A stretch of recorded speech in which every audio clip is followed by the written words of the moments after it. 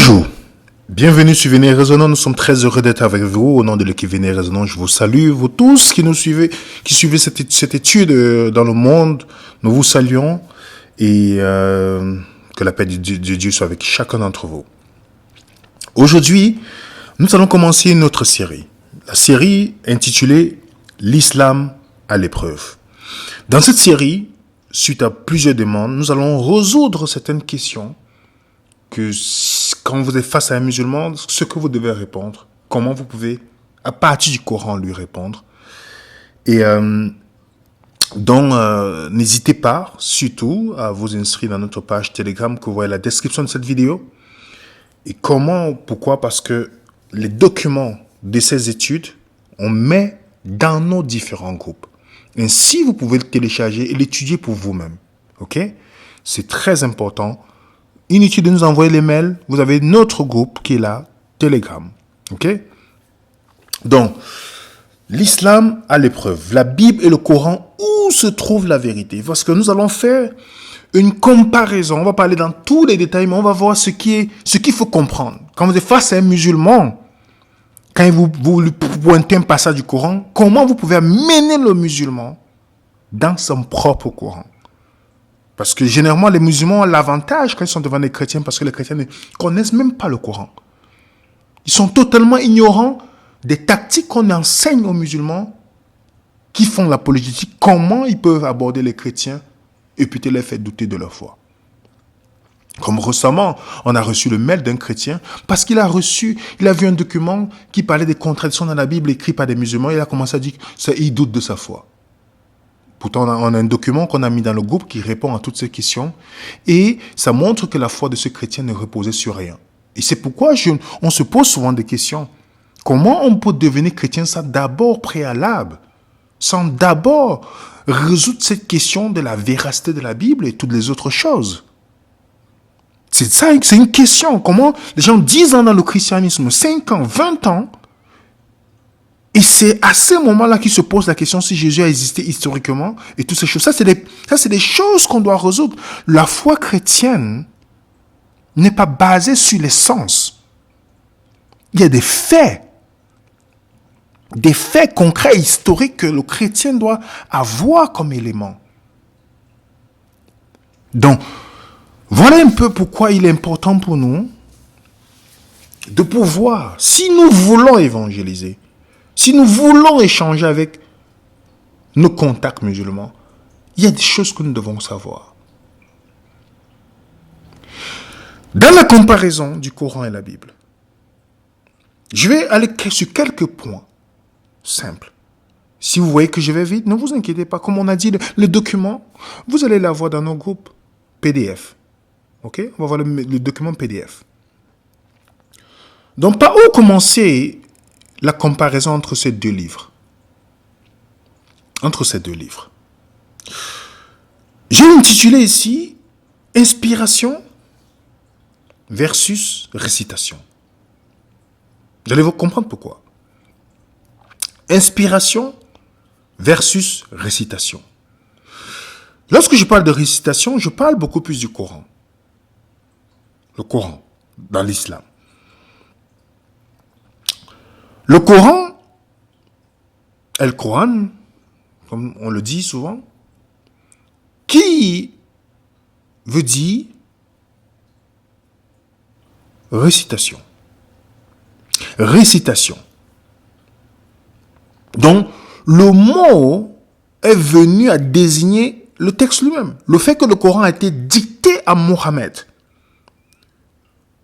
De cette manière, signifie que l'écriture islamique est la parole de Dieu et la parole de Dieu seul. Donc c'est pourquoi les musulmans disent que le Coran, Mohammed a reçu ça d'une manière littérale. Que c'est mot pour mot la parole d'Allah. Et si vous allez en détail, vous allez voir que en fait ce n'est pas mot pour mot. Puisqu'il n'y a pas que Allah qui parle dans le Coran, il y a les anges qui parlent. Il y a même la sourate satanique, la sourate 53. Mais dans la tête du musulman, le Coran est descendu du ciel mot pour mot.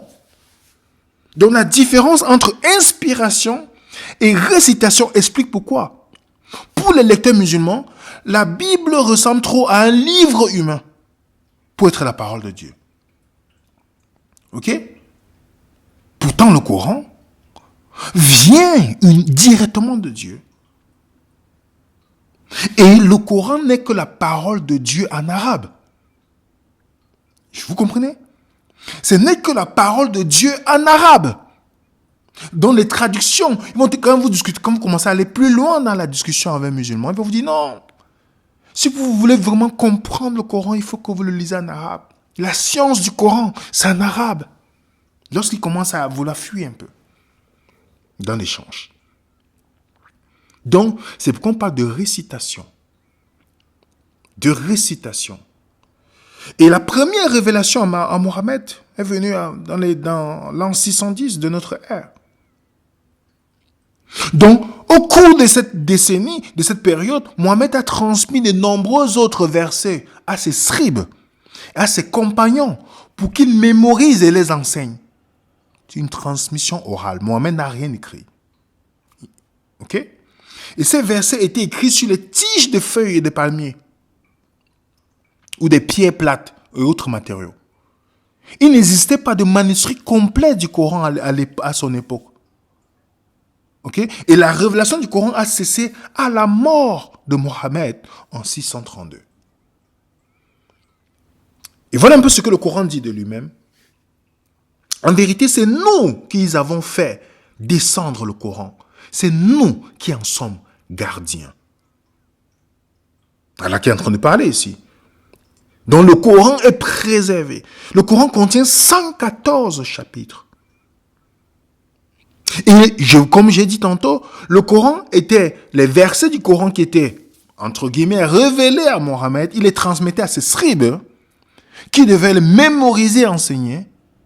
Le Coran n'existait pas en forme physique quand Mohammed était vivant. Je vais aller quelques points historiques.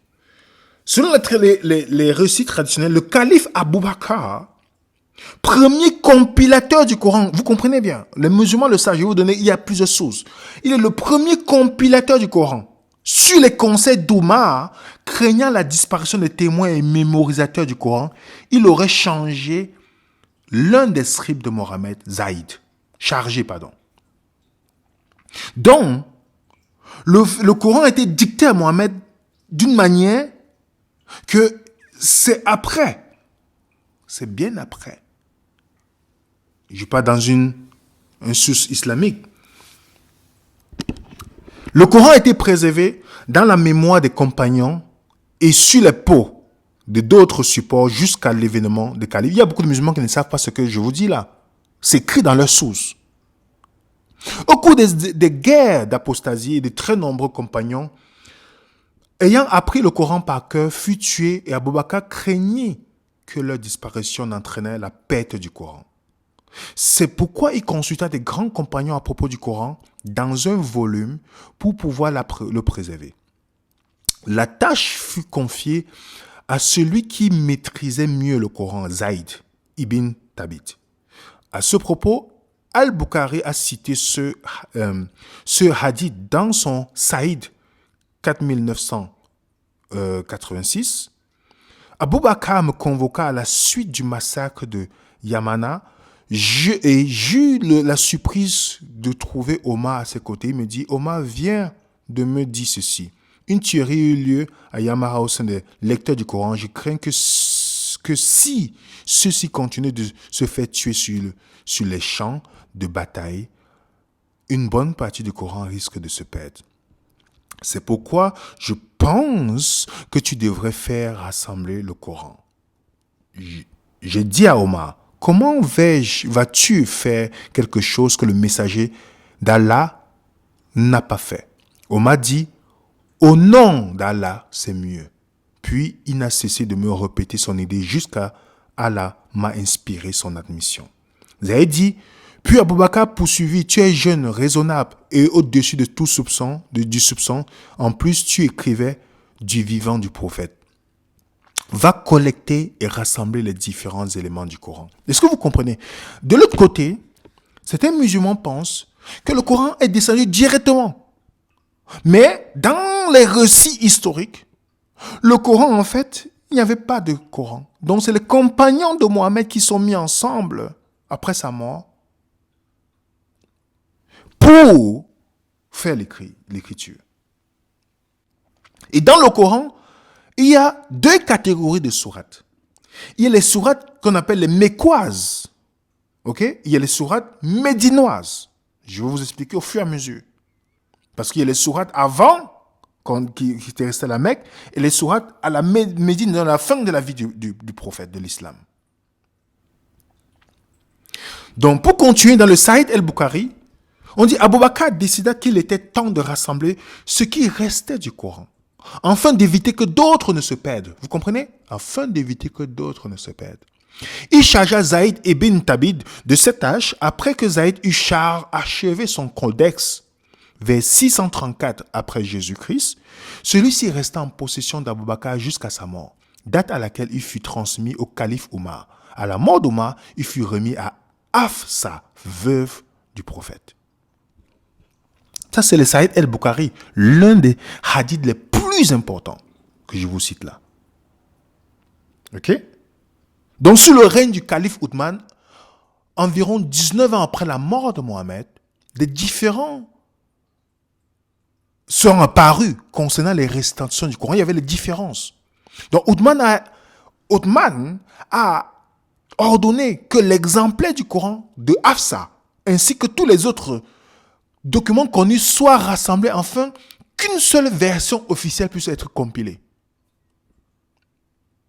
Vous pouvez lire, par exemple, dans Sahih al-Bukhari, Zaïd ibn Thabit, Abdullah bin Az-Zuba, excusez-moi les prononciations, ont travaillé avec diligence à l'élaboration d'un texte révisé du Coran.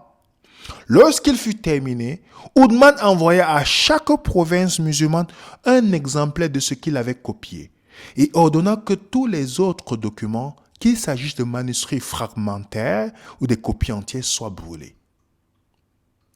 Vous comprenez? Donc tous ces gens sont mis ensemble, il y a les parties qu'on a brûlées. Ok? Donc le Coran que les musulmans ont aujourd'hui est issu du codex ottomanique, de la période d'Othman. Donc le Coran que les musulmans ont aujourd'hui, c'est Mohammed, c'est Othman qui a fait et il a demandé qu'on détruise les autres. Saïd Muslim, 34-21. Aïcha rapporta qu'il avait été révélé dans le Saint-Coran que 10 enfants clairement allaités rendaient le mariage illicite. Puis, que cela avait été abrogé par 5 enfants allaités et que l'apôtre Allah était mort et que c'était avant cela, que c'était avant cela trouvé dans le Coran et resté par les musulmans. Donc, les musulmans croient que le Coran a été parfaitement préservé et devraient être étonnés d'apprendre que le Coran, il y a même la femme Aïcha que Mohammed a épousée, qu'elle avait 6 ans et qu'il a connue sexuellement à 9 ans, elle dit qu'il y a quelque chose qui avait changé. Ok? Beaucoup, pourtant, c'est répété auprès des musulmans. Ils croient, sans vérification, ils croient jusqu'à ce qu'ils vérifient que le Coran était préservé, c'est descendu du ciel directement, sans erreur, rien du tout. Dans Saïd Muslim, on dit Abu Moussa al-Ash'ari reçut les récitateurs de Bazora. Ils sont venus à lui. Ils étaient au nombre de 300. Il récitait le Coran, il leur dit, vous êtes les meilleurs habitants de Bassora parce que vous récitez le Coran. Donc continuez à les réciter. Mais gardez à l'esprit que votre récitation à long terme ne peut pas endurcir vos cœurs, comme les cœurs de ceux qui vous ont précédés ont été endurcis. Nous avions l'habitude de réciter une sourate qui rassemblait en longueur, en sévérité, Barat.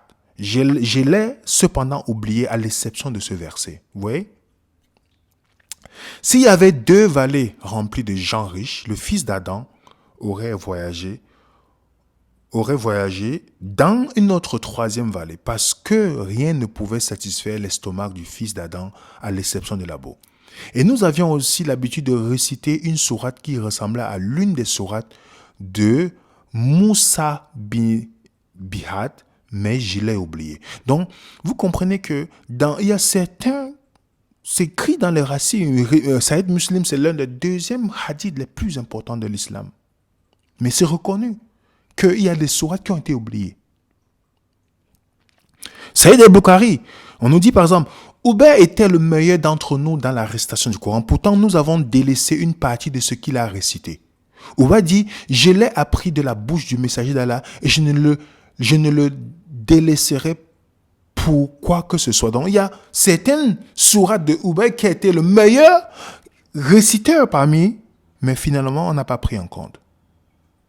Donc, vous comprenez? Donc, si on résume, Mohammed est mort, personne n'a compilé le Coran. Les gens qui avaient mémorisé le Coran, ils avaient écrit sur des choses, sur des fragments. Okay? C'est à la mort, c'est après que Abu Bakr décide de mettre en place, okay?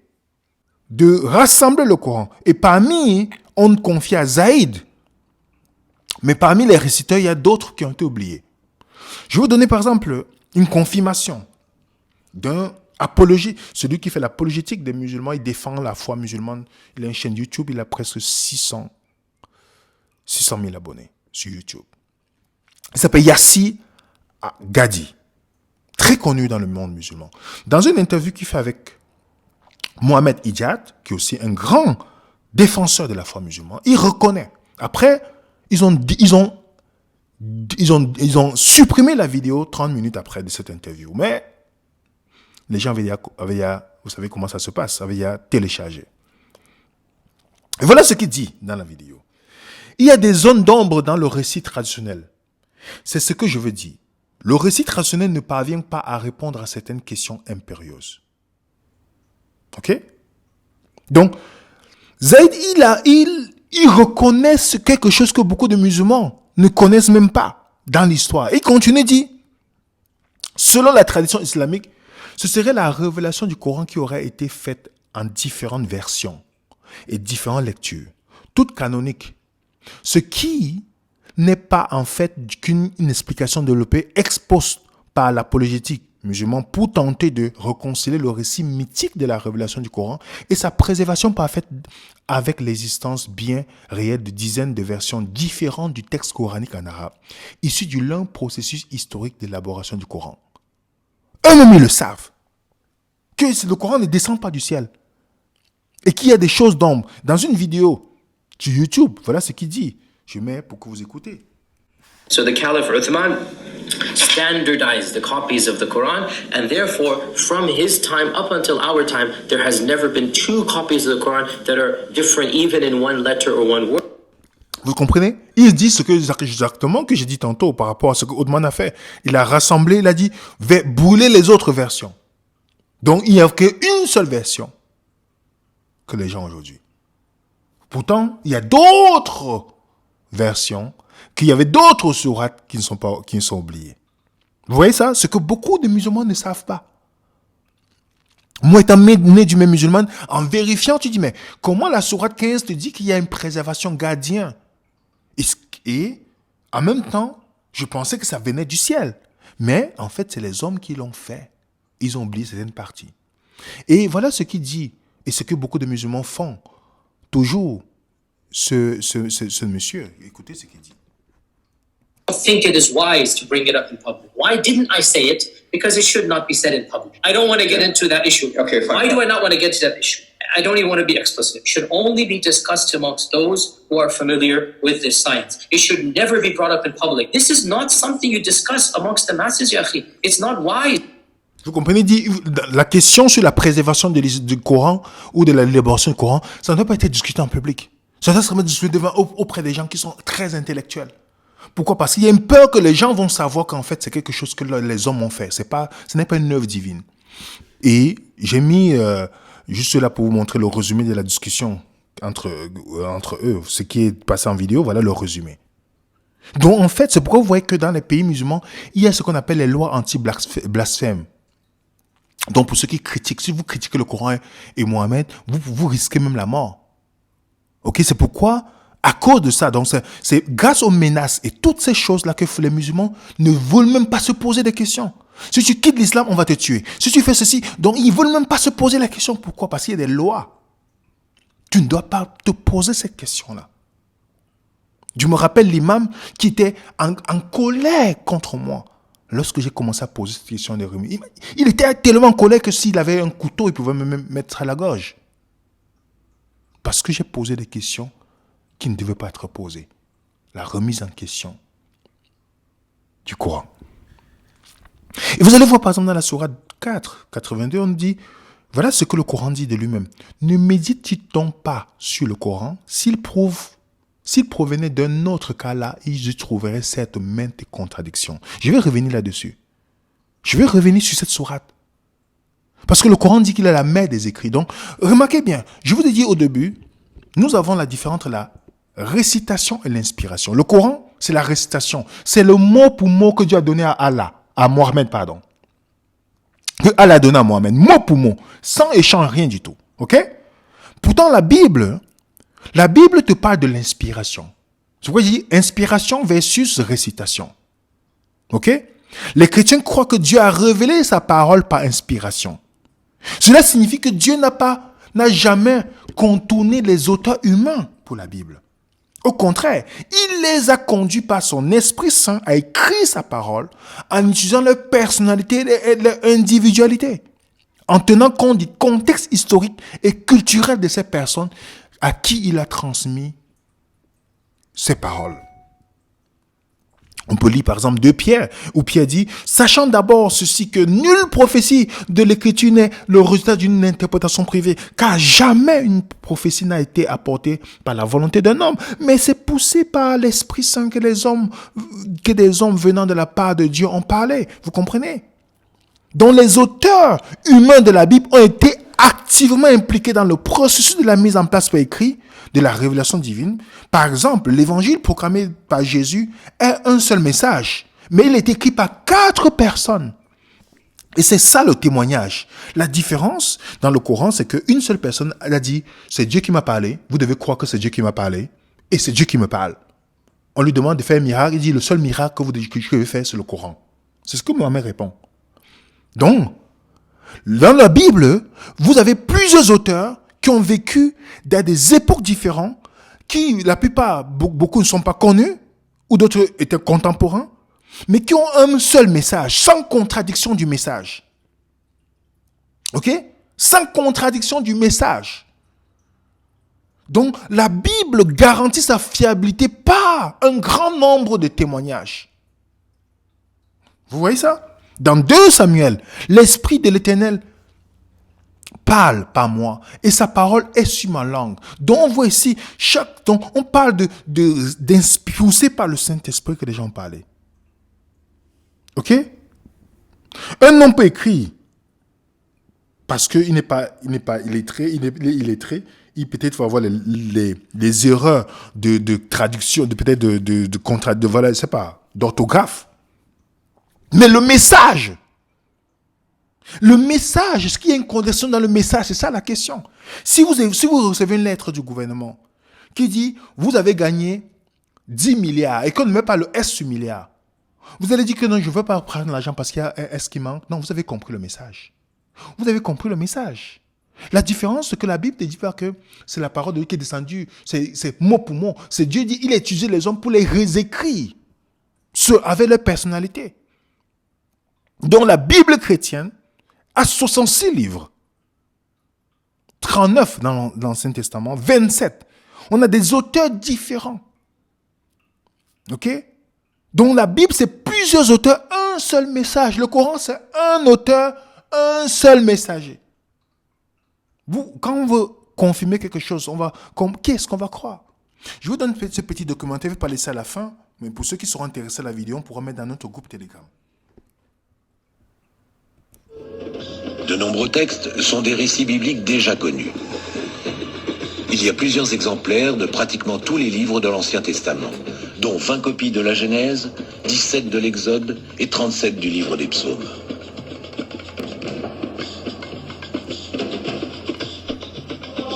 Il y a tous les livres de l'Ancien Testament, à l'exception de celui d'Esther. Les gens de l'époque lisaient donc les mêmes textes que nous et croyaient aux mêmes histoires. Presque aucun détail n'a été perdu en cours de route depuis 2000 ans.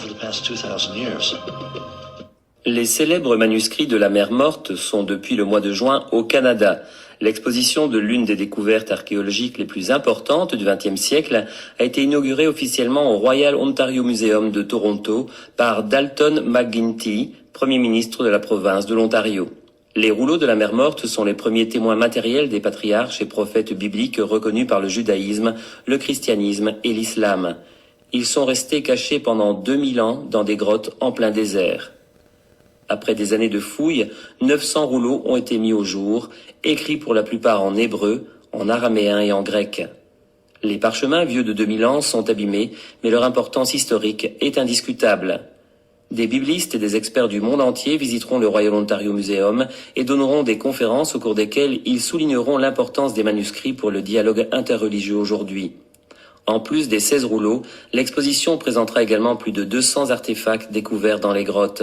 Au mois de mars, les autorités palestiniennes ont protesté contre le transfert des rouleaux au Canada, affirmant qu'ils leur avaient été volés après 1967. L'exposition des manuscrits de la mer Morte est ouverte au public jusqu'au 3 janvier 2010.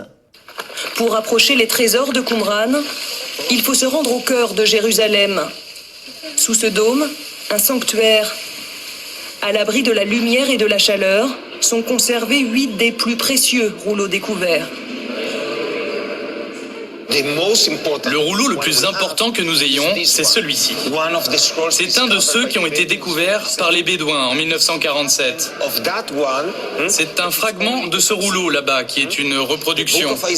C'est le livre d'Isaïe. Ce fragment est le deuxième plus grand jamais découvert à Qumran.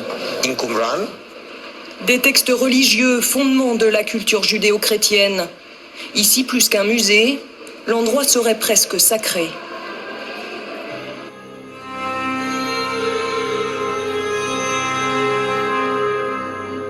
L'histoire du rouleau de cuivre commence par une découverte fortuite sur les rivages de la mer Morte. En 1947, ce territoire appartient à la Jordanie. Un jeune berger bédouin découvre une grotte dans la roche, alors qu'il cherche une chèvre égarée.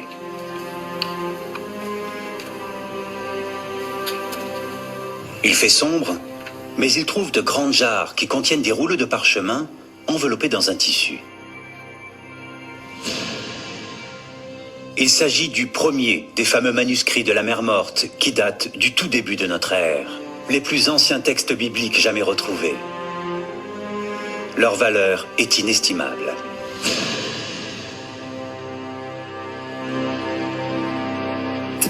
Les manuscrits de la mer Morte sont des textes écrits en hébreu, en araméen et aussi en grec, datant de l'époque de Jésus. Ils contiennent des versions des livres de la Bible, qui ont 1000 ans de plus que toutes les versions que nous possédions jusque-là. Ils nous ont permis de compléter notre connaissance et de découvrir les racines à la fois du christianisme et du judaïsme. Je vais pas laisser toute la vidéo. Je pourrais mettre ça dans le groupe Telegram parce que ça dure presque 14 minutes. Donc, dans la vidéo, on vous montre que, en fait, la Bible que vous possédez aujourd'hui, moi, j'ai fait toutes ces recherches-là quand je me posais la question sur le christianisme. Je suis parti dans les musées pour vérifier toutes ces choses. Vous pouvez encore voir les fragments des livres. Donc, ça veut dire que si vous avez des livres que vous possédez aujourd'hui qui sont datés depuis des années, qu'on a retrouvés dans le manuscrit de Qumran et qui sont les mêmes choses que vous lisez aujourd'hui. Ésaïe, c'est le livre d'Ésaïe, voilà, tous ces livres qui sont mentionnés.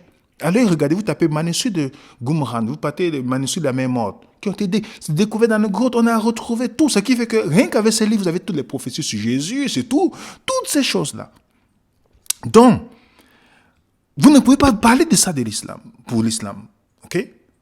C'est impossible, même quand vous regardez le message, c'est pas possible. La Bible, c'est le livre le plus traduit dans le monde. La différence de la Bible et l'islam, du Coran, c'est que le Coran, on te dit qu'il faut que tu puisses apprendre en arabe. Même combien de Marocains, Tunisiens, Algériens, Libyens parlent arabe? C'est pas tous les musulmans qui parlent arabe. En Indonésie, il y a le plus de musulmans dans le monde. C'est pas tous qui parlent arabe. Donc, ce qui fait que lorsqu'on te dit que tu dois apprendre l'arabe, on te met déjà dans une position très délicate. Pourtant, la Bible te dit, Dieu a envoyé le message pour tout le monde entier. Donc, c'est traduit. Donc, c'est accessible. Donc, vous voyez la différence entre la récitation et l'inspiration. Le Coran ne révèle que la volonté de Dieu, exprime sa loi afin de permettre aux créatures humaines d'obéir à leur Créateur et de l'adorer. Ça, c'est le point de vue. Pourtant, dans la Bible, pour le chrétien, c'est la révélation de Dieu. La révélation de Dieu a atteint son apogée il y a 2000 ans, avec la venue de Jésus-Christ, qui est la parole de Dieu incarnée. C'est-à-dire ce qui est l'expression du caractère de Dieu. OK? Pour un message totalement dans la réconciliation entre l'homme et Dieu. Vous voyez la différence entre l'inspiration et récitation? Maintenant, dans l'interprétation, la Bible est son propre interprète. Oui. Donc, pour comprendre la Bible, tu as besoin de la Bible. Ou aller dans le texte original. Pas besoin de se tourner. Vous avez les applications juste qui le font. Par exemple, on nous dit, Matthieu 26, Jésus s'est fait frapper par les soldats. On dit là-dessus, il lui crachait le visage et lui donnait des coups de poing, des soufflets en disant, prophétise, dis-nous qui t'a frappé. Pourquoi? Celui qui lit Matthieu dit, mais pourquoi il frappe Jésus? Luc complémentaire. Remarquez bien, Luc donne la réponse. Luc 22, verset 63 à 64. Les hommes qui tenaient Jésus se moquaient de lui et le frappaient. Ils lui voilaient le visage et l'interrogeaient en disant, devine qui t'a frappé. Vous voyez comment la Bible est son propre interprète? Ça veut dire que, je te pose la question pour dire, mais comment il frappe Jésus? Il dit, mais devine. C'est parce qu'ils avaient voilé le visage de Jésus. Où est-ce que tu le trouves? Dans Luc. Est-ce que vous voyez? Matthieu 4, on voit comment Jésus a appelé les disciples. Les disciples l'ont suivi. Luc te dit, c'est parce qu'il avait fait une pêche miraculeuse. Luc chapitre 5, verset 1 à 11. Vous voyez que ça? Que la Bible est son propre interprète. Donc, quand vous posez une question, vous avez la réponse. Pourquoi il y a les allées et venues? La Bible te dit, Jean 6 te dit, parce que c'était la Pâque. Dans le même récit, il y a un autre qui donne un détail plus intéressant. Matthieu 8 te dit, pourquoi Jésus a attendu le soir pour aller guérir? Voilà une question quand tu lis, mais pourquoi il a attendu le soir? Marc te dit, c'est parce que c'était le sabbat. Vous voyez ça? Luc, pourquoi les disciples ne racontaient pas l'événement extraordinaire? Marc 9 te dit, parce que Jésus avait dit de ne rien dire. Vous voyez ça? Son propre interprète. Matthieu 27, on dit Judas jeta la pièce d'argent dans le temple, il se retira et il allait se pendre.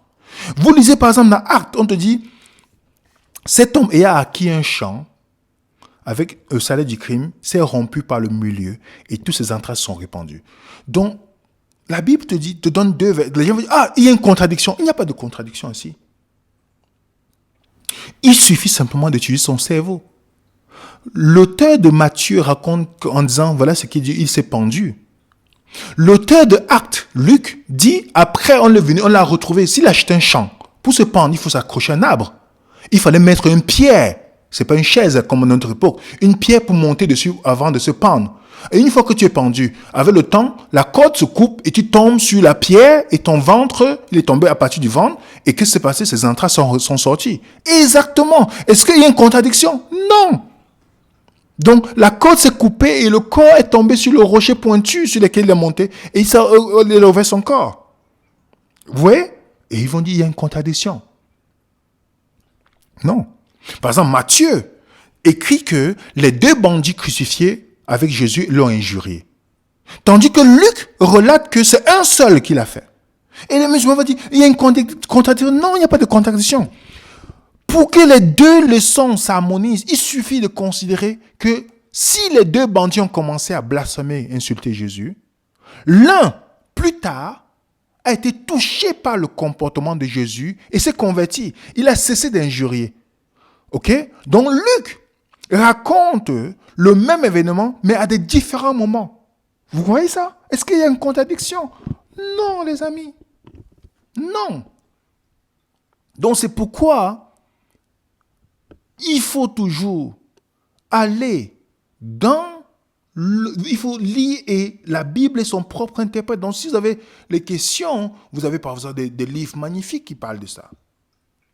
Qui donnent des détails. Si vous voulez savoir s'il y a il y a les gens qui ont fait des études, qui ont mis les textes bibliques ensemble. Ok? Et quand vous venez dans le Coran, dans l'interprétation du Coran, le musulman qui va vous dire, vous ne comprenez pas l'arabe, ou vous devez aller vers l'imam, c'est parce qu'il ne connaît pas lui-même. Le musulman qui vous dit, quand vous allez parler de Mohamed qui a épousé, récemment, j'ai discuté avec une fille musulmane qui me disait, oui, Mohamed c'est un exemple, tout ça. Je dis que non, il n'est pas un exemple, il a épousé une fille de 6 ans. C'est qui dans les hadiths? Elle me dit, oh non, tu ne peux pas connaître les hadiths, on n'a pas besoin des hadiths. Je dis que, je lui pose la question par exemple, tu n'as pas besoin des hadiths? Qui est Abu Lahab? Le Coran ne dit pas qui c'est. On parle de lui dans la sourate 11, versets 1 à 5, mais tu ne peux pas connaître qui il est si tu ne parles pas dans les tafsirs ou dans les hadiths. Donc, c'est seulement dans les tafsirs et les hadiths, c'est les deux choses que les musulmans ont besoin pour comprendre certaines choses dans le Coran. Par exemple, dans le Coran, il n'est pas écrit de prier 5 fois par jour. Ce n'est pas écrit dans le Coran. C'est grâce au tafsir qui te dit comment et les hadiths qui te disent le nombre de fois prier, combien de fois prier.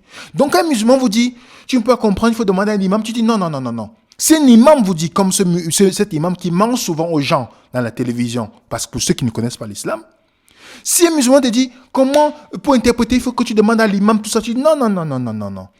Si je dois comprendre le Coran, c'est écrit dans les sites des musulmans. Si tu veux comprendre, tu dois te tourner vers les tafsirs et les hadiths. Et les tafsirs les plus connus, comme Ibn Kathir, comme Tafsir el-Quran. Il y a plusieurs tafsirs. Donc, que tu as besoin. Donc, pour comprendre un texte du Coran, tu ne parles pas dans le Coran, tu dois aller voir les tafsirs, les compagnons de Mohammed, ce qu'ils ont écrit, et les hadiths, la vie du prophète. Vous comprenez? Donc, quand les musulmans te disent, on a les 5 piliers dans le Coran, dites-lui que, ok, montre-moi les 5 piliers dans le Coran. Montre-moi où c'est écrit de prier 5 fois par jour. J'ai demandé ça à un imam, il ne pouvait pas répondre. Il sait. Il y a des questions que je sais comment poser la question à un imam, ou quelqu'un qui est un musulman. Et comme j'ai demandé à la fille, dis-moi, où est-ce que on t'écrit? Elle n'a jamais répondu, elle m'a bloqué. Vous voyez ça? Pourtant, elle voulait me montrer comment l'islam c'est la vérité pour me connaître. Vous voyez, juste le fait, parce que je savais qu'elle ne pouvait pas. En disant que non, je ne suis que le Coran. Un musulman qui te dit ça, c'est un apostat. Tu ne peux pas suivre que le Coran. Tu as besoin des tafsirs et le hadith. Par exemple, comment interpréter la sourate 9, verset 5, qui est la dernière révélation de Mohammed? Après que les mois sacrés expirent, tuez les associateurs où vous les trouvez. Capturez-les, assiégez-les, guettez-les dans toute embuscade. Si ensuite ici se répandent, accomplissez la zalat et acquis la zakat, alors laissez-leur la voie libre, car Dieu est pardonneur et miséricordieux. Comment tu vas comprendre ce texte? Le musulman te dit, non, c'est pas ce que le texte voulait dire. Tu lui dis, montre-moi l'explication du tafsir. Le tafsir, qu'est-ce que le tafsir? Le tafsir est le livre qui décrypte le Coran. Ok? Il y a Al-Tabari, par exemple. Donc, si tu me dis que tu ne crois pas, c'est que tu n'es pas musulman. Et comment savoir, quand tu pars dans le tafsir, ça t'explique. C'est moi. Les 4 mois sacrés. C'est le mois de grâce que tu accordes aux infidèles, jusqu'à ce qu'ils acceptent l'islam. Je mets ça ici parce que vous allez avoir la documentation. Ok? Vous allez avoir tout ça. Donc, le musulman ne peut pas dire, oh, je peux comprendre le Coran sans les tafsirs. Il a besoin des tafsirs. Et en plus, dans le Coran, il y a les versets médinois et les versets mécois. Ce qu'on appelle, il y a les versets abrogés. Donc, quand un musulman te donne un verset où il parle de la tolérance, c'est les anciens versets. Il y a ce qu'on appelle la loi de l'abrogation, qui sont les dernières révélations de la Médine. C'est ce que les musulmans considèrent. Où on appelle explicitement la guerre à la haine, à la tuer les infidèles et les non-musulmans. Ça, c'est les dernières révélations. Et c'est sur ces révélations que les gens qui font le terrorisme se basent. C'est pourquoi ils se considèrent comme les vrais musulmans. Donc quand vous entendez un musulman qui dit « Non, c'est la religion des pères », je vous donne par exemple cette interview qui a été faite par un ancien converti au christianisme, voilà, qui était musulman, et un prêtre copte, voilà, il parlait justement de ces versets-là. C'est pourquoi vous ne pouvez pas tromper les chrétiens arabes. Les chrétiens arabes connaissent. C'est les gens ici dans le monde occidental ou certains noirs africains qui ne connaissent même pas le Coran. Beaucoup de musulmans noirs, j'ai parlé avec un Malien, un Sénégalais, ils ne connaissent même pas le Coran. Ils ne connaissent même pas. Ils te disent seulement ce que les imams disent, mais ils ne savent même pas qu'il y a la loi de l'abrogation. Ils ne savent même pas. Je vous laisse écouter cette vidéo. مشاهدين أهلا وسهلا بكم مرة أخرى في حلقتنا الجديدة أسئلة عن الإيمان.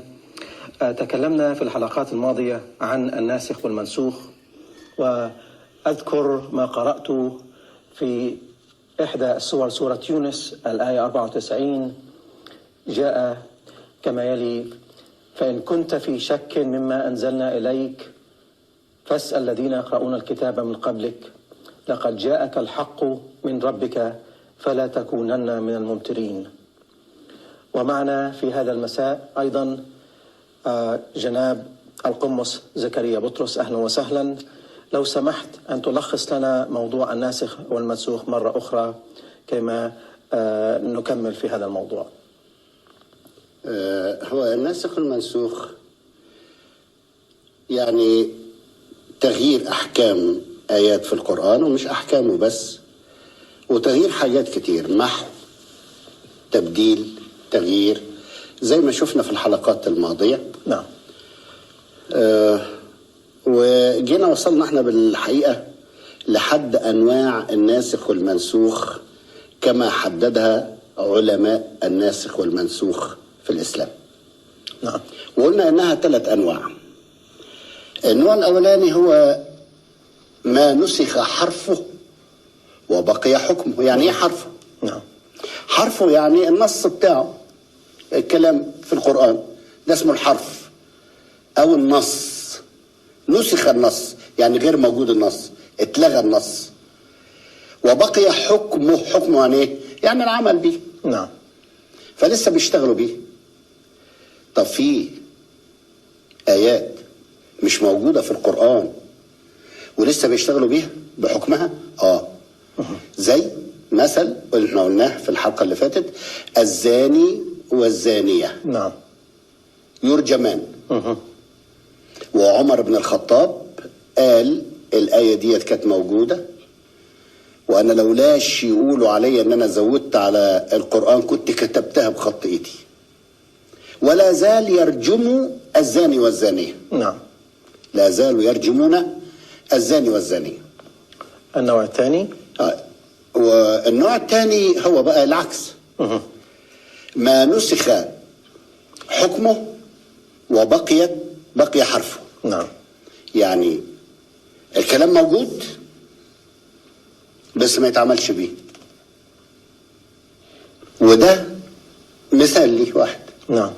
124 آية في القرآن تتكلم عن المسالمة. إن جنحوا للسلم اجنح له.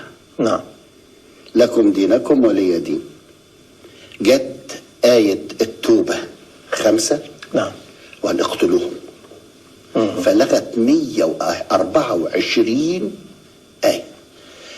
ال 124 موجودين لا زالوا في القرآن بس مع إيقاف التنفيذ. تيجي تقول له ما تعملنا بالحسنى يا عم، لا ده اتلغت، اتنسخت، ما فيش غير قتل.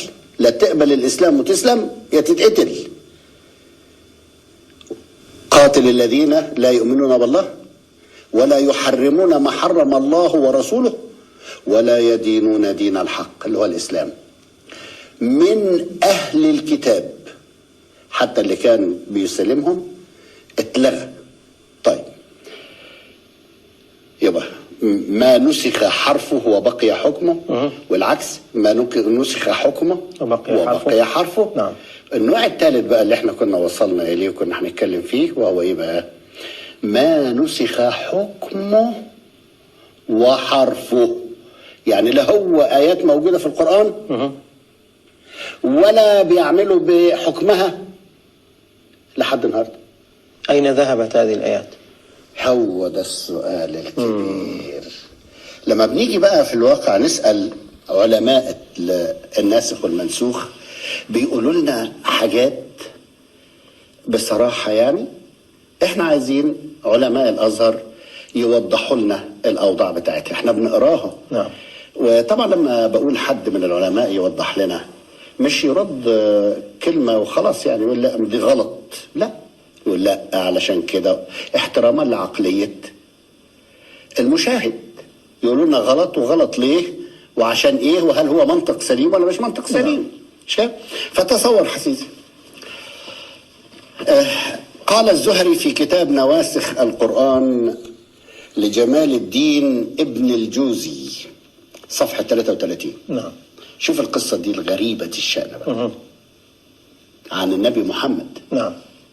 يقول لك أخبرني أبو إمامة أن رهطا من أصحاب النبي قد أخبروه أن رجلا منهم قام في جوف الليل يريد أن يفتتح سورة كان قد وعاها، سورة قرآنية افتكرها، فبالليل قام عشان خاطر يرتلها. نعم.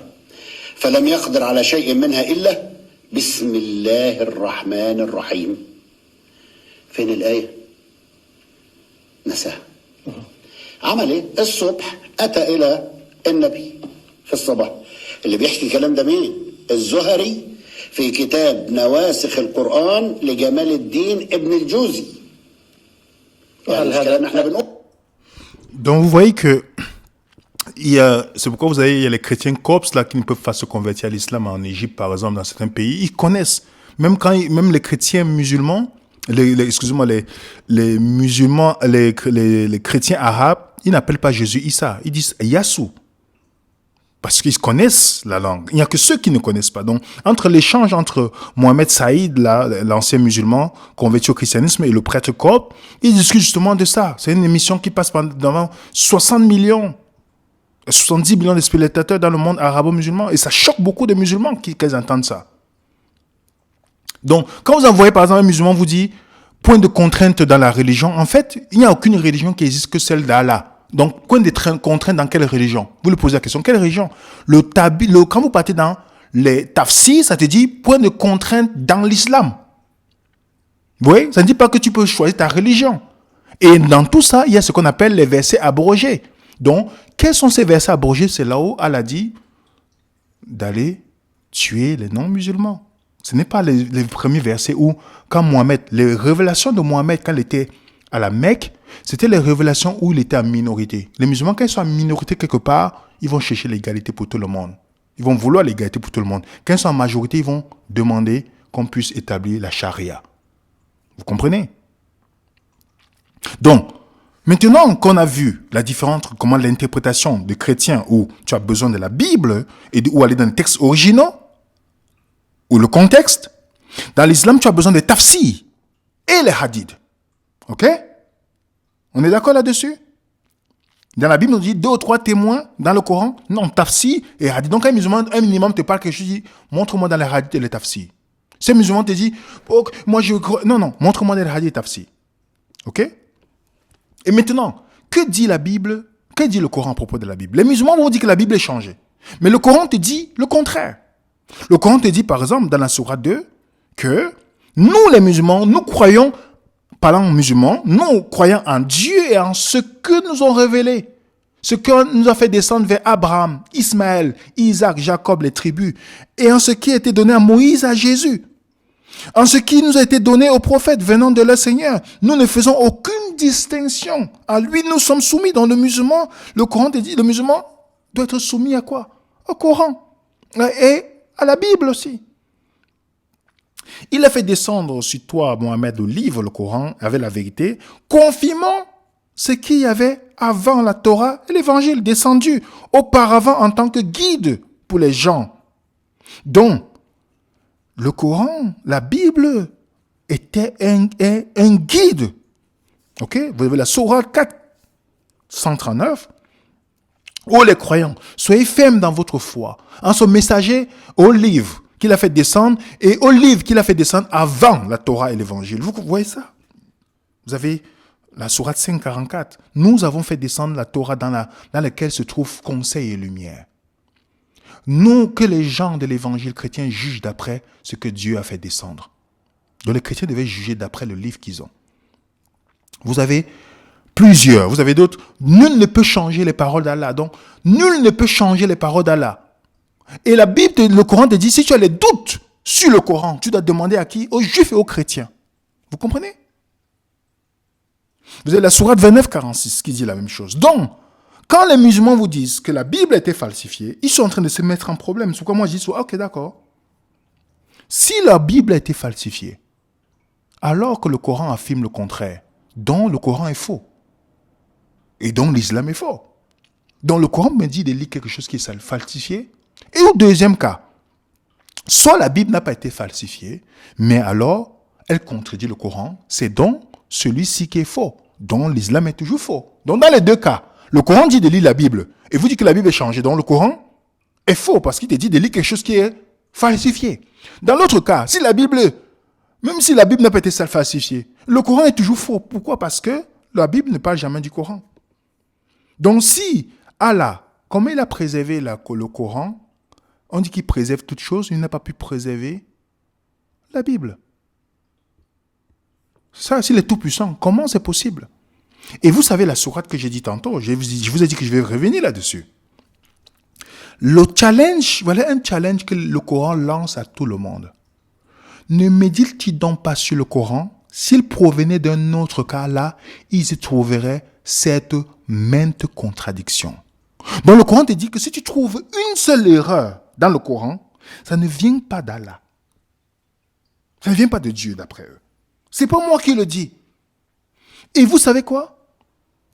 Dans le Coran, on te dit que l'un des fils de Noé a été noyé. Dans le Coran. On te dit qu'il était sauvé avec sa famille, et dans l'autre, on te dit qu'un de ses fils a été noyé. Pourtant, la Bible te dit non. Dans le Coran, on te dit, le vin est l'œuvre de Satan. Dans le même Coran, on te dit, au paradis, il y aura le vin. Vous voyez ça? Dans le Coran, on te dit, il n'y a pas de contrainte en religion, l'autre combattez. Est-ce qu'il n'y a pas une contradiction? On va dire, non, c'est le verset abrogé. On va continuer. Je vais passer, comme j'ai dit, vous allez avoir le document. Dans le Coran, on te dit, personne ne peut changer les paroles d'Allah. Dans l'autre verset, on te dit, Dieu dit, je vais changer les quelques versets. Contradiction interne. Dans le Coran, on te dit que le Coran, c'est une langue arabe claire. Mais il y a les choses dans le Coran que même les musulmans ne savent pas ce que ça veut dire. Les erreurs. Dans le Coran, on va te dire, par exemple, si ton Seigneur aura voulu, tous ceux qui sont sur la terre auraient cru. Donc si Dieu voulait, tous les gens devaient croire. Mais dans l'autre Coran dit que combattez-les jusqu'à la mort, jusqu'à ce qu'il ait de fitna et que la religion soit entièrement Allah. Donc, de l'autre côté, Allah te dit, si je veux voulu, les gens pouvaient croire. De l'autre côté, il faut combattre les gens pour qu'ils croient. Ok? On va continuer. Je donne quelques exemples qui peuvent vous aider dans l'échange avec les musulmans, avec nos amis musulmans. On peut aller par exemple on te dit par exemple que Abraham était en Arabie. Il habitait la Mecque, il a conçu la Kaaba. Pourtant, dans le trajet historique, Abraham n'est jamais allé là, dans cet endroit. Mais dans l'autre côté, dans la sourate 34-44, on te dit que c'est Mohammed qui était le premier à être dans cet endroit. C'est confus. C'est confus. C'est soit Abraham, c'est soit Mohammed. On va continuer.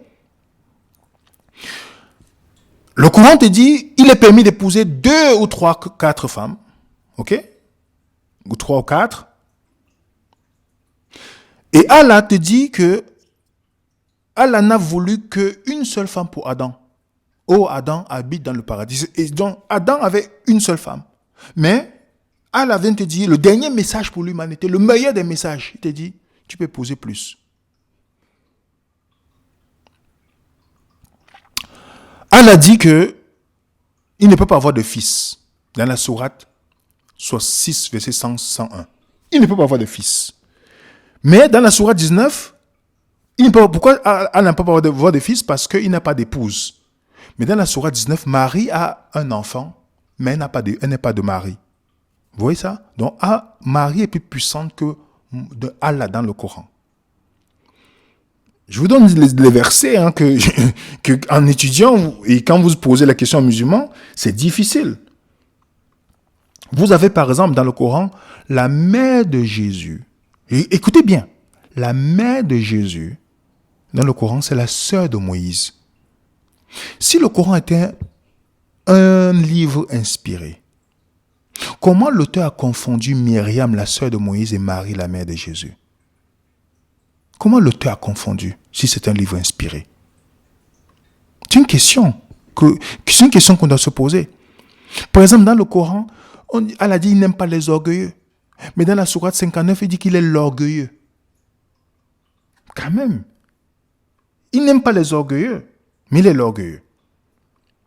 Dans le Coran, je ne peux pas donner toutes les contradictions, je donne seulement les choses qui font en ce que, quand vous posez la question à des musulmans, ils sont embarrassés. Ok? Qui est le premier musulman, par exemple? Posez cette question aux musulmans. Le Coran te dit c'est Mohamed. De l'autre côté, on dit c'est Abraham. De l'autre côté, on dit c'est un groupe d'Égyptiens. De l'autre côté, on dit c'est Moïse. De l'autre côté, on dit c'est Adam. Qui est le premier alors? Quand on dit le premier, c'est qu'il y a un deuxième. Mais on dit le premier, c'est Mohamed. Non, le premier, c'est Abraham. Le premier, donc, le musulman ne sait pas qui était le premier musulman. Qui était le premier musulman? C'est une question légitime. Qui était le premier musulman? Ils ne savent pas. Comment Dieu a créé l'homme dans le Coran? Le musulman ne sait pas. Tantôt on dit qu'il était créé d'un caillot de sang, l'autre de l'eau, de l'autre de la terre, de l'autre de la gîte, de l'autre de la poussière, de l'autre du sperme, de l'autre de rien. Donc le musulman ne sait pas comment on a créé l'homme. Puisqu'il y a plusieurs versets qui, c'est même pas complémentaire. Alors une autre, Allah a-t-il créé le monde en 2 jours? De l'autre côté on dit en 2 jours. De l'autre côté on dit en 6 jours. Et dans l'autre sourate, on dit en 8 jours. Vous comprenez?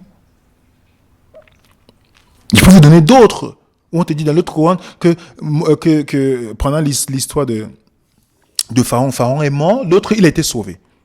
Par exemple, dans le nom dans l'islam, vous voyez comment le J, c'est le Y en hébreu, le Y on voit Joseph, Yosef, Yacoub, Jacob, Yacoub, Yona, Jonas, Yonès.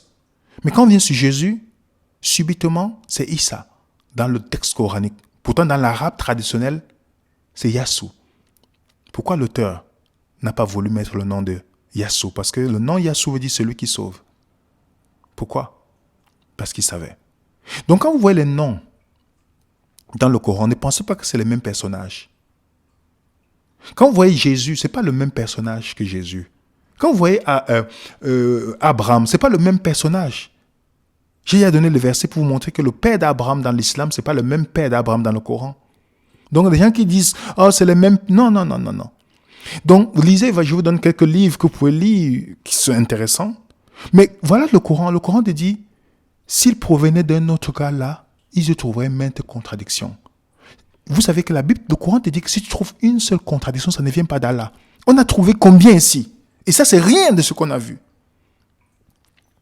Donc, imaginez quand je vois les gens qui disent qu'ils sont convertis à l'islam, comme ces combattants de MMA, qui dit qu'il s'est converti parce que le Coran avait tous les prophètes. Écoutez, quand vous voyez ça, vous dites, mais est-ce qu'il y a je respecte l'homme, je respecte les êtres humains, mais comment quelqu'un peut arriver à cette déduction? Vous voyez l'ignorance? Et vous savez quoi? La plupart, c'est parce qu'ils traînent avec les musulmans.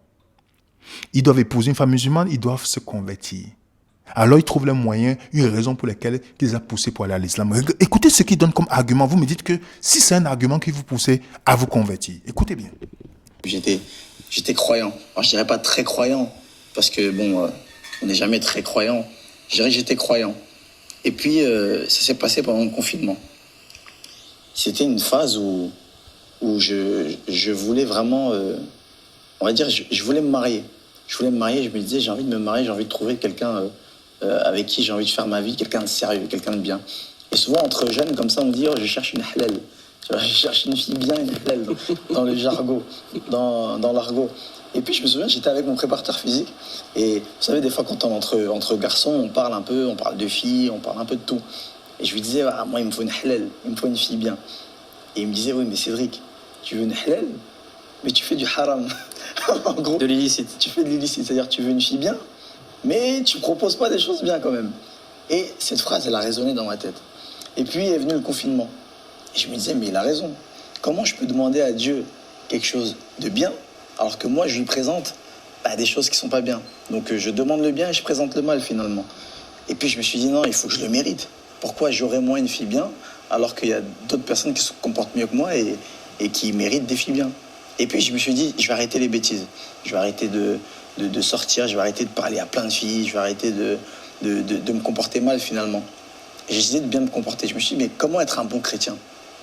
Et j'ai commencé à lire un peu plus la Bible, à me renseigner, comment être un bon chrétien. Je sais que par exemple dans la Bible, on ne mange pas de porc. Je sais que les juifs aussi ne mangent pas de porc. Et je sais que les musulmans ne mangent pas de porc. Je me disais finalement, mais elles se ressemblent beaucoup ces religions-là. Et j'ai commencé à faire mes recherches. Je me suis dit, bon, vu que je suis un peu perdu, je ne sais pas quelle est la vraie religion, la fausse religion, ou peut-être que c'est aucune des trois finalement. Peut-être que la religion a été inventée par les hommes comme ça pour se rassurer tout simplement. Mais par contre, j'étais convaincu que Dieu existait. Ça, je suis persuadé que Dieu existe. Maintenant, les religions, les livres, finalement, qui a écrit ces livres? Je me posais plein de questions, comme tu peux t'en douter. Et j'ai commencé mes recherches. Je me suis dit, déjà, ce qui est sûr, c'est qu'on va prendre ce qu'il y a dans les trois religions. L'alcool, le porc, tout ce qui est dans les trois religions, déjà, comme ça, moi, je suis sûr que je ne fais pas d'erreur. Et puis, quand j'ai commencé mes recherches pendant le confinement, dont seul, et ça, je suis fier quand je raconte ça à ma mère, parce que ma mère, elle avait beaucoup peur que je me sois fait influencer par des amis, comme toutes les mamans peuvent penser. Et du coup, je lui ai dit non, c'est pendant le confinement, j'étais seul à la maison, donc j'avais beaucoup de temps. Je faisais pas de jongle avec des papiers toilettes, et moi, je faisais mes recherches sur Internet, dans des livres, dans la Bible, etc. Et puis, finalement, je me suis rendu compte qu'en fait, mais non, en fait, ces trois religions, elles se ressemblent, finalement. Elles ont un seul patriarche, qui est Abraham, qu'on connaît tous, Ibrahim, peu importe dans quelle langue on le nomme. Et puis, c'est ça qui m'a amené à l'islam, en fait. Finalement, quand on embrasse l'islam, on n'est pas lésé. Parce que celui, aujourd'hui, qui est juif, il ne croit pas en Jésus, il ne croit pas en Mohamed. Celui qui est chrétien, il croit en Jésus, mais il ne croit pas en Mohamed. Et finalement, celui qui est musulman, il croit en tous les prophètes. Et c'est là où j'ai vu comme un... Je décrirai toujours cette scène où l'enquêteur, il est là dans son bureau du FBI et ils sont en train de chercher le suspect. Il y a plein de photos, plein de dessins, de maps, de cartes sur le mur. Et puis d'un coup, il regarde et là, il comprend. Et ça m'a fait exactement ça. On fait beaucoup la comparaison avec un autre combattant qui est Mohamed Ali. Vous comprenez pourquoi il est devenu musulman? Parce qu'il dit qu'il a les mêmes auteurs partout, l'islam regroupe tous les prophètes. Mais est-ce que le chrétien croit Mohamed comme un prophète? Est-ce qu'il a la même... Et Mohamed ne passe même pas le test d'un prophète dans le judaïsme, ni dans le christianisme. Oui, donc lis le Coran. Les musulmans lisent sans comprendre. Regardez, un homme, il a mis les lunettes intellectuelles. Et je suis sûr que c'est quelqu'un qui se... Mais le cerveau n'est pas arrivé au point de se poser les questions. Est-ce que c'est le même personnage? Même Cheikh Yarsi que j'ai donné tout à l'heure. Quand il dit, il s'agit d'un sujet qui, lorsque vous débutez tout juste de la science islamique, vous vous dites, mais qu'est-ce que ce truc? Donc, il parle de quelqu'un qui commence à lire le cours, qui commence à se poser des questions. Il dit, lorsque vous étudiez un peu plus, vous apprenez qu'il faut simplement apprendre par cœur les enseignements de votre professeur et les régurgiter. Même si vous ne comprenez pas, lorsque vous plongez en profondeur dans la science, c'est là que les choses deviennent vraiment embarrassantes, épineuses. Il parle du Coran. Dans cette interview, il a fait avec Mohamed Hidiat. Il parle du Coran. When you go a little bit more, you learn to simply memorize what your teachers say and regurgitate it out. And you don't fully comprehend. Vous comprenez? Donc, les gens ne comprennent même pas ce qu'ils lisent. Quand j'ai montré ça à un musulman, que écoutez Abraham, c'est pas le même. Arrêtez de dire que Abraham a le même. Si je connais Samuel, ça veut pas dire que je connais tous les Samuel. Tu me dis, j'ai vu Samuel. Tu me dis, tu as vu Samuel. Je dis, mais le Samuel que j'ai vu, il est en France, ou il est en Guadeloupe, il est, voilà, tel. Tu vas me dire, non, le Samuel que je connais, il est en Espagne. Vous voyez, on n'est pas plus de la même personne. L'autre va dire il a les cheveux teintés. Il dit, non, le Samuel que je connais n'a pas les cheveux teintés, il a les cheveux noirs, tout ça. Vous voyez qu'on n'est pas la même personne. Donc, c'est pourquoi c'est un musulman qui, après avoir, quand vous le montrez, c'est pourquoi il y a des choses que vous et moi, on doit connaître. Dans le Coran n'est pas un livre structuré qui te parle d'une histoire linéaire, historique. En fait, quand vous lisez le Coran, ça n'a pas de commencement à la fin. Il y a une sourate, si vous passez à une autre sourate, ça n'a même pas de lien. Rien du tout. Quand vous venez dans le récit de la Bible c'est un récit narratif qui te raconte une histoire, qui te parle qu'au commencement, le monde sans péché, et le péché qui est la transition jusqu'à où Dieu navigue pour amener un monde où il n'y a pas de péché. Voilà ceux qui ont vu nos différents sujets, où on voit où Dieu dit tout était bon. Tout était bon à la création. Ok? Et on voit à la fin où Dieu, il n'y aura plus de guerre, il n'y aura plus de souffrance, il n'y aura plus de larmes, il n'y aura plus de divorce, il n'y aura plus de malédiction. La Bible te montre, il y a un parcours, il y a un récit, il y a quelque chose de cohérent. Il n'y aura plus de guerre, il n'y aura plus les animaux ne mangeront plus des animaux, il n'y aura pas de vin, il n'y aura pas d'orgie, il n'y aura pas toutes ces choses qu'on récite dans l'islam. La Bible te donne un message cohérent. Le monde avant le péché, le monde, les aigus, vous voyez comment, les flèches là, c'est le monde où Dieu essaie de naviguer pour ramener l'homme à son monde qu'il avait toujours voulu pour l'homme. Le monde sans souffrance. Pour ceux qui veulent pousser plus loin, vous regardez cette vidéo. Et dans ce récit, il y a quand même une cohérence. Il y a une cohérence historique. Vous pouvez retrouver tous les personnages historiques qui sont cités dans la Bible. J'ai un document, tous les personnages historiques qui sont mentionnés, les lieux historiques, vous pouvez retrouver. Le Coran, vous ne pouvez pas retrouver ça en fait. Dans la Bible, Dieu te donne, il y a un message. Pourquoi Dieu a créé l'homme? Ce n'est pas Dieu n'a pas commencé à être amour. Dieu est amour dans la Bible déjà. Dans le Coran, il n'est pas amour. Et dans le récit biblique, il y a la précréation, le monde avant le péché. Après, il y a le monde, la création. Dieu avant le péché, comment Dieu était? La création. Après, il y a la chute, le péché de l'homme. Et l'alliance, comment Dieu veut restaurer l'homme par le Messie qui vient, qui devient le dernier Adam. Et maintenant, le peuple de Dieu, c'est quand vous et moi, l'Église, à la fin, la restauration. Il y a une cohérence. Vous n'allez jamais voir ça dans l'islam. La signification de sacrifice, où on n'a pas besoin de sacrifice aujourd'hui. Dans l'islam, on fait le sacrifice à tout le temps. Le chrétien n'a plus besoin de sacrifice parce que ça pointait à quelque chose. Le paradis dans l'islam, dans le christianisme, est différent du paradis dans l'islam. Allah te promet 70 vierges. 70 vierges. Je vous montre la vidéo. Écoutez. لو قيل لك الرجل له 70 حور العين، المرأة ايش لها شاب. النبي صلى الله عليه وسلم قال لأهل الجنة للواحد منهم ثوب لا يبلى وشباب لا يفنى وذكر لا ينفني. لها رجل فحل، لها ذكر، لها زوج له ذكر لا ينفني. Donc c'est un paradis rempli d'orgies en fait. Rempli, si on vous le dit, rempli. Dieu va te donner 70 vierges. Alors les femmes musulmanes, alors qu'est-ce qu'elles auront là-bas, dans le ciel? Le vin qui est interdit sur la terre, qu'on dit que c'est du diable, il y aura les rivières de vin. Vous vous rendez compte? C'est un paradis, vous pouvez l'avoir sur la terre. Et c'est pas pour rien que ce musulman, Jamel Altar, en se posant des questions sur la promesse de Dieu sur le paradis, s'est rendu compte qu'il ne pouvait pas être musulman. Voilà ce qu'il dit dans son livre, « Je crois à Issa, j'ai rencontré Jésus ». Voilà ce qu'il dit.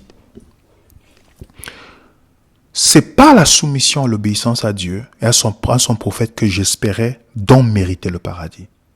Sans que j'en sois conscient, mon cœur aspirait à la communion avec ce Dieu. Mais ce n'était pas ce que j'étais en train de rechercher. Nulle part, en effet, je ne voyais que seule sa connaissance, la communion à sa vie et le partage de son cœur pouvaient satisfaire mon âme. Ce dont je rêvais, c'est pourquoi j'œuvrais en accomplissant des bonnes œuvres. Ce n'était pas le paradis des chrétiens, où il est question de vision de Dieu, de communion éternelle avec lui. Mais celui que le Coran me présentait, un paradis matériel, où je recevais tout ce dont je me serais privé ici-bas, c'était le seul que je connaisse. Je ne soupçonnais pas qu'il puisse en exister un différent. Il continue. Le christianisme présente le sommet de la vie comme un accès à la contemplation de Dieu, à la vie de sa vie, tandis que l'islam dépeint le summum de l'existence humaine comme la jouissance, dans un cadre matériel, de tous les biens matériels, des nourritures raffinées de toutes sortes, un vin délicieux, des très belles femmes de grande taille, autant dit des banquets sensuels sans fin dont rêvent en général les hommes. C'est un paradis rempli de plaisirs charnels, mais vide de Dieu. Le Coran, en effet, ne parle pas d'une vie éternelle passée dans la présence de Dieu, ni de la contemplation de sa face. Vous comprenez? Est-ce que vous comprenez que pour le musulman, beaucoup plus pour les hommes, c'est un paradis qui les arrange. C'est pourquoi c'est une religion d'hommes, macho, d'hommes qui cherchent le plaisir charnel. La promesse, c'est 70 vierges dans le ciel. Manger le plaisir, c'est les promesses que Dieu donne à un musulman. Les plaisirs que vous pouvez avoir sur la terre. Est-ce que les gens ne peuvent avoir 70 femmes sur la terre? Est-ce qu'ils peuvent avoir le vin à goût? Oh, ils peuvent avoir les plaisirs charnels, le matériel. C'est ce que Dieu veut te promettre. Et en pesant, en se posant des questions, tu dis, mais le chrétien, le vrai croyant, il veut la communion avec son Créateur. Comme une mère qui désire comme un enfant qui désire la communion avec ses parents. C'est ce qu'on aspire le plus. C'est pourquoi dans l'islam, il est interdit d'appeler Dieu ton Père. Dans le christianisme, oui, il est ton Père. Donc, en pesant sur la balance, en regardant, en me disant, je n'ai pas besoin. Déjà, c'est un livre qui n'est pas cohérent. Les histoires qu'on vous dit qu'il croit à Adam, c'est pas le même Adam dans la Bible. L'histoire du péché, c'est pas la même chose. Le salut, c'est pas la même chose. Pour être musulman, il faut que tu acceptes Mohamed. Et on te dit que Moïse était le premier musulman. Mais est-ce que Mohamed existait avant Moïse? Parce que tu dois rester, tu dis que tu crois à Mohamed et à le messager, à Allah et à son messager Mohamed. Et on te dit que Moïse était musulman. Est-ce que Mohamed existait avant Moïse? Il y a tellement de choses absurdes et incohérentes. Quand je lis le Coran, il n'y a pas de début ni de fin. Mais la Bible commence. Un commencement clair. Il y a une promesse, la rencontre avec Dieu. Adam a vu Dieu face à face, mais dans le nouveau ciel, dans la nouvelle terre, il verra Dieu face à face. Donc voilà, une vision un peu générale que je vous donne. Si je ne vais pas dans les profondeurs, vous allez comprendre pourquoi, si vous n'avez pas encore compris déjà, que vous devez prier pour les musulmans. Ils sont enfermés dans une peur. Si on retire l'épée de Damoclès sur le cou des musulmans, il y a beaucoup qui vont laisser. Si on enlève la sentence de l'apostasie, beaucoup de musulmans vont laisser. La preuve, quand ils partent souvent dans les pays occidentaux, ils commencent à se poser des questions. Ils quittent l'islam. Et des milliers. Parce qu'ils savent que c'est une religion incohérente. Même la Bible, même le livre est incohérent. Donc voilà, un peu pour vous montrer qu'il n'y a pas de comparaison à faire entre le Coran et la Bible. Il n'y a pas de comparaison. La Bible est largement au-dessus. Son message, sa préservation, son test à passer, de tests archéologiques, prophéties et toutes d'autres choses. Dans la prochaine vidéo, je vous parlerai de la fin des temps dans le Coran et dans l'islam. Donc voilà un peu les amis. Excusez-moi, j'étais un peu plus long aujourd'hui. Mais il y a encore d'autres éléments que j'ai sautés. Mais j'espère qu'avec ça et les documents, vous pourrez avancer. Et comprendre pour vous-même, parce que si vous avez autour de vous les gens qui sont musulmans, c'est l'occasion de pouvoir vous instruire afin de mieux discuter avec eux. Voilà notre adresse email pour ceux qui veulent soutenir Venez Raisonnons, ou nous écrire, poser vos questions. Que la paix du Seigneur soit avec vous. Au nom de qui Venez Raisonnons, je vous salue. Bonne soirée, bon après-midi pour d'autres. À bientôt sur Venez Raisonnons. N'oubliez pas de mettre un coup de pouce sur cette vidéo, de vous abonner sur notre chaîne pour avoir plus, et notre chaîne Telegram pour avoir le document de cette étude. À très bientôt les amis sur Venez Raisonnons.